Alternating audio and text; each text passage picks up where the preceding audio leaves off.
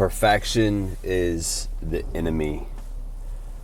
Perfection also encourages procrastination.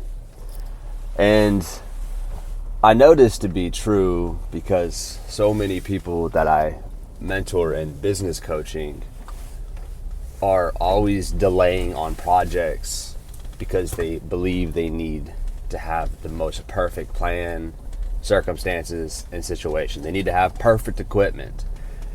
And this isn't just something that I'm encouraging on the podcast and encouraging to those I mentor, like the importance of going and just starting.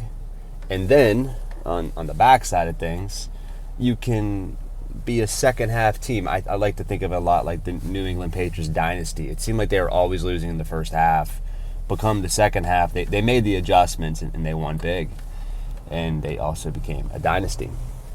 So tangibly, like in my own life, this is really, really true. For instance, I'm shooting this podcast right now from my phone with my basic ear pods on a platform that pushes the podcast out to all over all their platforms, Spotify, iTunes, whatever. I don't have fancy equipment or a podcast studio or a podcast room. I just want to share some things with my homies, and if people listen, it's great. If not, that's totally fine. I had a guy actually message me. He's like, dude, I would have gave you a higher star rating on Spotify, but your audio quality is not good. I'm like, oh, okay, that's fine, bro. I'm not worried about perfection of the audio quality. What I was more focused on was sharing information with my friends and with people who cared to hear, and doing it at the convenience as well as my day-to-day life. Another one is the gym. So I opened Iron Valley Barbell in 2016, and when I opened IVB, I didn't have a ton of equipment. Like I had very basic things like a squat rack, a deadlift platform that my friend made me, dumbbells, plates, a couple bars, bench press, pull down machine, like very basic stuff. And it was in this shitty ass warehouse. But what we did have was energy and culture, and I was passionate, and people could feel that passion, and they wanted to be a part of something that was just starting and something that was growing because of the passion and the energy around you. Like you couldn't feel that at LA Fitness, at a Globo gym, at Anytime Fitness. You couldn't get that type of energy and those vibes. So I found this to be true. Like I love this Abraham Lincoln quote. It says, if I had 5 hours to cut down a tree, I'd spend the first 4 hours sharpening the axe. I'm like, okay, I get what you're saying there, but that's not how I work.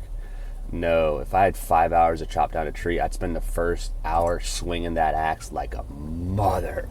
Oh, I'd be swinging like hell. Because the axe might be sharp enough to chop down a tree in an hour and a half, and I got it done with 3.5 hours to spare while you was still over there sharpening your axe. It might not have been the sharpest axe, but I got through it, and I got through it faster. Or what if I start chopping and I realize that, oh, this thing really needs sharpened? Well, then I know. I didn't sit there procrastinating on just sharpening the axe. I actually saw for myself. I love the book The War of Art, not The Art of War. That's a good book too, though, but The War of Art by Steven Pressfield. And he talks about the importance of doing the work. Like, no matter how you feel, you got to be a pro. And a pro does his work even when he doesn't feel like it. He talks about this. He's like, people ask me when I'm feeling inspired. And I said, inspiration strikes every day at 6 o'clock at my desk. For me, it's at the local coffee shop. I'm inspired every morning. I sit down and do my work because I have another choice. I consider myself a pro, showing up even when I don't want to show up. But the book really shines a light on the battle is not if people like what you're creating or producing or perfection. The battle is procrastination. Like if you can overcome procrastination, you will find success because you're in the game. And when you're in the game, you can learn from the game. See, too many of y'all are trying to learn from the sidelines. Oh, this guy's doing this guy's doing that. Okay, I'll try this. And you don't do nothing. You just kind of sit there in procrastination, waiting for your perfect moment to strike, and it never comes. I tweet this all the time. It never gets love, but I know somebody gets it. I said, good timing comes to those already in motion.